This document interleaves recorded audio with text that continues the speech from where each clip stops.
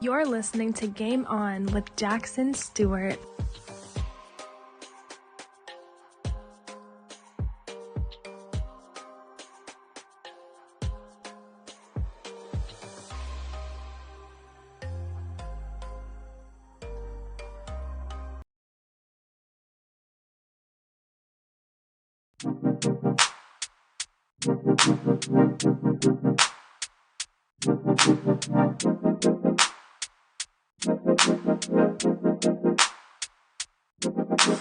Time takes a toll on everyone, they say.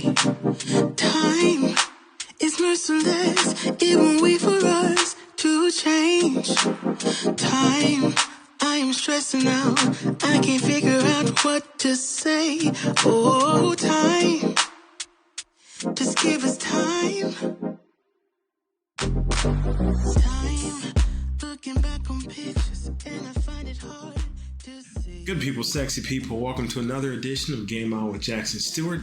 I'm your host, and as always, I really appreciate you guys taking a moment to check out the show and to give me a listen.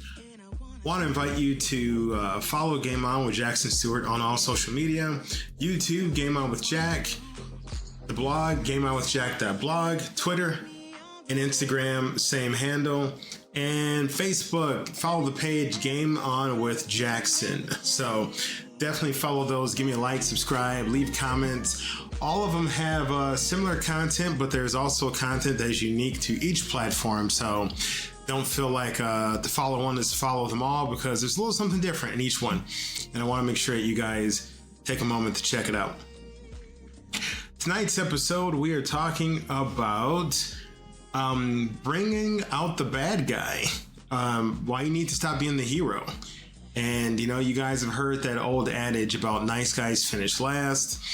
We've talked about the nice guy versus the good guy before on the show, but it's a topic that it's eternal, right? Because it never goes away completely. It's always going to be kind of a thing that's out there. So tonight's a little different, because we're not just talking about the nice guy versus the good guy, but we're talking about when you got to be the bad guy, right? When you got to bring out the villain in you. When do you have to do that? Why do you have to do that? The benefits, the pros, the cons, etc. So in life, as in games, we're often taught the value of playing the hero, right? Being the good guy, the reliable teammate, the one who always does what's right. But what if I told you that there are moments, strategic points in life, in your career, your relationship, etc., where adopting the role of the villain is not just beneficial, but it's necessary for growth and advancement? So tonight we're diving into the nuances of this strategy, how to implement it with integrity, and the powerful outcomes it can lead to. So understanding the villain archetype. All right, so let's clarify what we mean by being the villain. By what do I mean when I say bring out the bad guy? I'm not talking about just being a ruthless asshole. All right, I'm not talking about being sadistic or cruel or misogynistic or racist or ageist or homophobic, any of the things that we would think are horrible traits, right?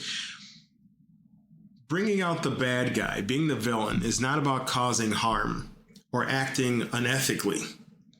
Instead, it's about embracing assertiveness, making tough decisions that might not please everyone. And you do this knowing you're not going to please everybody. And at times putting your interests or the greater good ahead of popularity. So villains in stories often have a clear vision and the will to pursue it, regardless of opposition, regardless of not having the popular vote behind their idea. And this is the aspect that we're interested in tonight. The determination to see your vision realized, even if it means facing disapproval. So we love villains, right? Like, take any story or any intellectual property that you follow and remove the villain from it, and the hero falls flat, right? Let's take, one of the most popular intellectual properties of late, the Avengers. And, the Avengers movies all lead towards a confrontation with Thanos, that purple guy with the ballsack chin who, with a snap of his almighty infinity glove, wipes out half of the universe. He's the bad guy. He's the villain, no doubt. Now, granted, in his own way, sorry, spoilers, if you've been under a rock for the last 5 or 6 years and don't know about the Avengers, yes, he is the bad guy. He is cold, he is cruel, he is calculating. However, and in the movie, they gave him some kind of pseudo-altruistic purposes, but what makes Thanos so tough is that his assertiveness has to use one of his lines from the movie, an inevitability to him. He just will not be stopped. He will not fail for long. He will not be ignored. He will not kowtow to what other people want. Now, granted, he's wrong and he's bad. I'm not saying turn to Thanos, guys, but there's something to take from that villain. Look at a Darth Vader. Darth Vader, clearly bad guy, clearly villain, but he is precise. He is exact. He is strategic. He puts his needs over the needs of the greater good or over others, because in that moment, that's what he needs done. Now, we'll talk about why that's good and when you should do that and when you shouldn't. But these are just some popular villains and that come to mind when I think about the bad guy. We can go all the way down through, all types of bad guys through history, through literature, through sports. Look at some of the bad boys of sports. I'm going to date myself a little bit, but look at a Dennis Rodman, who was considered one of the baddest boys of the NBA. But when he got with the Bulls, even when he was with the Pistons, yeah, they called Rodman the wild card, the bad boy, but his determination, his will, his assertiveness was unparalleled. And it was intricately and intimately tied to his renegade, rebellious, bad boy personality. All right, so let's talk about some of the types of the villain archetype. The strategic villain, excuse me. So in business and personal development, the strategic villain knows when to say no, when to push back against consensus if it's leading in the wrong direction, and when to prioritize their agenda.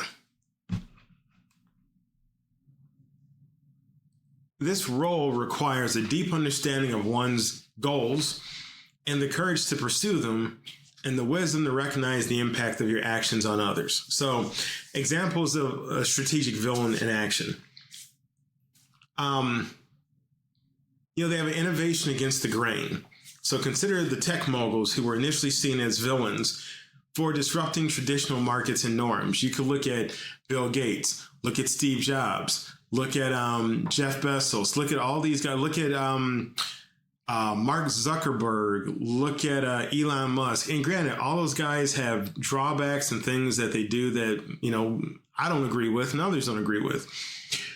But while they were considered bad for shaking up the industry, look at what they did. Look at how they've moved humanity forward with some of their revolutions in technology and business. They had a vision.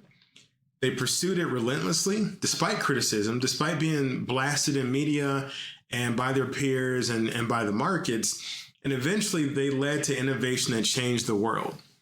Now, here's the thing about innovation when you're the bad guy. You're only the bad guy until it works. So if you take, there are people who said, once again, I'm not signing off on this, but there are people who said that Bill Gates stole the idea from Microsoft Windows. He argued that he saw something similar and he improved on it. People are like, oh, that's terrible, whatever. But then Bill Gates gave us Windows. And I'm sorry, if you pull Windows out of our history as a species, I don't know where we would be in terms of technology, in terms of medicine, in terms of science. So now, we laud him as a humanitarian, as a technological giant, as a genius. Did he do some villainous stuff? Possibly. But amongst the things he did that people considered kind of cutthroat was he had a clear vision on what he wanted and he pursued it relentlessly. So that's something you can take away from being from a villain in business. You have a goal. Now, granted, don't run over people, don't destroy people, don't steal from people, but take away the villain's ability to focus with laser-like intensity. Next up, political leaders making tough calls. All right, so political history is filled with leaders who had to make unpopular decisions for the greater good. They faced harsh criticism in the moment, but ultimately were vindicated by history. We could go through, all kind of historical figures, many of which are escaping me right now. And I know all of my history professors and teachers would yell at me, but, let's take one of the greatest, Abraham Lincoln. His stance on how he handled the Civil War, how he handled slavery. He was right one second, he was vilified the next. Eventually, he became considered one of the greatest presidents of all time. At the moment, he was called an idiot. He was called an imbecile, a fool. He was called a traitor. So he made a tough call against popular decision for what he considered was the greater good. Everyday workplace scenarios, sometimes being the villain means being the one to end unproductive meetings, to question inefficient practices, or even make tough staffing decisions. So these actions might not win immediate popularity, but can lead to better outcomes for the organization. Workplace environments can be bloated and swollen with inefficiency and unnecessary meetings and discussions and so on. So in curbing some of those things, you might come off as cutthroat. You might come off as the villain. Good example. This is something I do. When I have a meeting, I put a 30-minute timer on a phone. I throw that phone in the middle of the table. Now I'm like, when that goes off, the meeting is over with. I don't care if I'm talking. And boom. So that cuts down on the bullshit. People talking about unnecessary stuff. Now, if we got extra time and, you want to talk about personal stuff, whatever, that's cool. But you got to hit what the meeting is about. That can seem terse. That can seem very to the point and almost cold. But in reality, it's for the good of the meeting, the good of the people involved, their time. It's respectful of everything. But people at the moment might not see it that way. So, excuse me. Oh, real quick. Example I love. And you guys, I'll talk about movies and sci-fi and drama and stuff all the time. But to all my Trekkies out there, there's a great Star Trek episode of the original series where Captain Kirk is caught up in a transporter beam accident. And he's split into two Captain Kirks. One is his good side, one is his bad side. So the good side, noble, polite, kind, but he lacks the ability to make a decision. He has lost his assertiveness, his aggression, his ability to make his needs first. And, and a lot of times his needs were the importance of the ship and the crew. His bad side was aggressive, assertive, determined, but he was also, a terrible person, and he was belligerent and mean and sadistic. And so the beauty of that episode is that they point out that while, yes, we are raised and taught to only be good, you do need the villainous side of you as much as you need the heroic side of you. And sometimes you got to be more villain than anything else. If you're in a meeting or you're in a relationship or whatever it is, and somebody's trying to fuck you over, somebody's trying to take from you, somebody's trying to play you to get theirs and you not get anything in return, you got to take a hard stance. And you got to speak your piece. That comes from the side of you that we have often considered to be the villain. And sometimes you do have to draw a line in the sand and say, you're not doing that to me. And I'm not putting up with this. And this is bullshit. And that doesn't come from the Prince Charming side of you that's like, oh, do. Everything's all, singing birds and flowers. That comes from the party that's the villain, the party that's not going to put up with bullshit. The part of you that's able to recognize that you are as important as anybody else and your needs in this moment need to be considered and talked about first. So to be a villain with integrity, means that being a strategic villain is not about abandoning your morals. It's not about hurting people for the sake of hurting people. It's not about being untrustworthy. It's not about only getting what you need and damning everybody else. On the contrary, it's about aligning your actions with a deep sense of ethics and purpose, right? Because it's ethical that you are considered as important as other people. It's ethical that you get listened to as much as other people get listened to. It's ethical that in the pursuit of the overall wellness of the company or the business or the relationship, that you are considered as well. So here are some guidelines about being a villain with integrity. Be clear on your vision. Know what you're trying to achieve and why it's important. This clarity will guide your actions and help you articulate your decisions to others. You can speak calmly without emotion. You're not lashing out at people. And when you can be clear on your vision, when you be clear on your vision, you can explain to people, not that you need to, but sometimes you might need to if it's your boss or something, but you can bring them over to your side once you explain things calmly and clearly. Communicate with transparency. When you're making tough decisions, explain your reasoning. People may not agree, but understanding your thought process can mitigate negative reactions. If you got to let somebody go, if you got to break up with somebody, if you got to, set boundaries, if you explain why, then people are less likely, even though they don't agree, or, even though they don't like it, they can respect and still trust your actions because they know that, it's coming from a place of thought, of consideration, not just knee-jerk reaction and selfishness. Excuse me. Next up, act with empathy. All right. So you're being a strategic villain and you're going to act with empathy and you're going to understand the impact of your decisions on others and approach your actions with compassion. Being a villain doesn't mean being heartless. You can still be to the point. You can still be swift and full of action and still have a heart, still understand that what you're doing is going to have possibly a negative impact on others, but it's got to get done. And once again, that something's got to get done no matter what. The medicine's got to get taken no matter how bad it tastes. Those are qualities, and that's a perspective that we tend to attribute to a villain.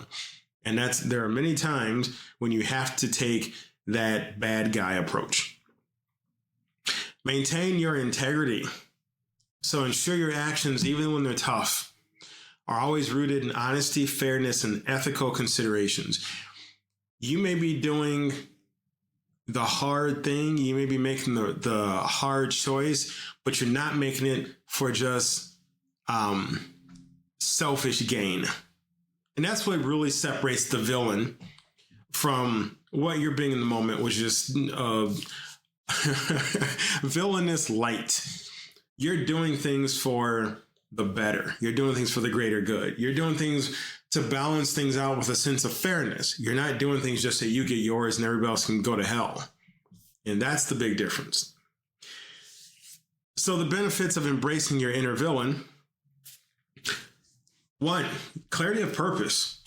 So when you play the villain, when necessary, it forces you to clarify your goals and priorities. And this leads to a more focused and purpose-driven set of actions. 2, resiliency. Think of every villain in every movie. You thought that son of a bitch was dead. They're still 20 minutes in the movie. They pop back up. When you face opposition, you navigate through tough times. You navigate through difficulties. And this builds resiliency, a crucial trait for success in any endeavor. I'm telling you, if you can be resilient, I don't care if your business fails. I don't care if your relationship fails. I don't care if your health starts to fail. If you can have resiliency, the ability to see something through no matter how difficult things are, the ability to bounce back from adversity, you can't be stopped. You know, it's that great quote that I've heard Denzel Washington say, I've heard Les Brown say, I've heard other people say, fall down 7, get up 8. That's resiliency. It's beautiful. And that's why one of our classic villainous tropes, the zombie, is really so scary because zombies they don't stop until like maybe you shoot them in the head or something. But I'm just saying, like, it's that, or the Terminator, it's that idea that something is going to keep going no matter what until it's accomplished its goal. That might be a villainous trait, but it's a villainous trait that we could all learn to tap into. And yes, I just brought up zombies and Terminators. Innovation is the third benefit of embracing your inner villain. Being willing to disrupt the status quo can lead to breakthrough innovations and progress. Shaking shit up because things have become stagnant, because things have become complacent, because there's no growth. Boom, you shake shit up. Or maybe you shake things up because you see the company, the business, the relationship, what have you, backsliding and going in the opposite direction. Case in point, let's go back to Thanos. He thought that the population of the universe was too much. We were overpopulated, run out of resources. So he said, well, let's get rid of half of everybody. Excuse me, I don't know why he didn't double the resources, but anyway, he made a tough choice for, what he thought was the greater good. In this case, it was an innovative idea to handle resource control. Snap your fingers, wipe out everybody. Lastly, leadership growth. Learning when to make tough decisions and stand firm in the face of criticism really does develop your capabilities as a leader. One of my favorite books, The Art of War by Sun Tzu, talks about leadership, talks about leading in the face of opposition, talks about when to be hard and when to be gentle. And you'd be surprised, villains can really be, I should say, a villainous stance can really lead you to great gentleness. Because once you swoop in and swiftly handle shit and take care of business, you can then be afford yourself the luxury of being kind when others do not expect you to be. So some takeaway, guys, about, bringing on the bad guy, why you need to stop being the hero. And actually, let me back up. You need to stop being the hero. I should have said this earlier. Because one, the hero tends to get ignored. The hero does not put his needs first or even consider them at all. The hero rarely ever gets the love interest because villainous traits, things like determination, swiftness, accuracy, resiliency, these are attractive qualities. And sorry, Mr. Hero, but you rarely show those. And also, the hero tends to be a nice guy. And you don't want to be a nice guy. You want to be a good guy. A nice guy can't stand up for himself or won't stand up for himself. A nice guy will watch something terrible happen and have tissue for the tears, but won't be able to do anything to stop it. A good guy can give somebody roses and break somebody's arm in the same day if they got to do it. So you need to stop being the hero, or at least all the time, because it's not doing you any good. There's times to be gentle and passive, and there's times to whoop ass. So, in the narrative of your life, don't be afraid to occasionally take on the role of the villain, if it means staying true to your vision and your values. Remember, history is replete with figures who were once viewed as villains, but are now celebrated for their courage, their vision, their unwavering commitment to change. But keep in mind, being a villain does not mean being the bad guy, does not mean being cruel or evil or lascivious or maleficent or any of those other words that we attribute with the true villain. This is villain light. This is really a good guy with an attitude, with an agenda, with a purpose, with a goal, an unswerving, unwavering ability to get shit done. You can still be the good guy. You're just not going to be the pushover. And like I've said before on previous episodes, the nice guy is Clark Kent. The good guy is Superman. Superman's a good guy, but they don't fuck with him because they'll hit you with a building and hit you with laser beams out of his eyes. But even Superman can be a bad guy or have a little bit of bad guy every now and then. Same goes for you. So, thank you guys for joining me tonight on Game On with Jackson Stuart. Follow me on all social media with the @GameOnWithJack handle. Follow the Facebook page. Really do need you guys to like that page. I want to get that really built up. Turn into a community for all of us players out there looking to level up life as men. That is Facebook/GameOnWithJackson. And catch on the blog and YouTube and Twitter and all the things. You guys rock. Thank you so much. Couldn't do it without you. Wouldn't want to do it without you. Knowing when to be the villain is just one strategy in your playbook to win the game. So until next time, guys, keep it sexy and game on.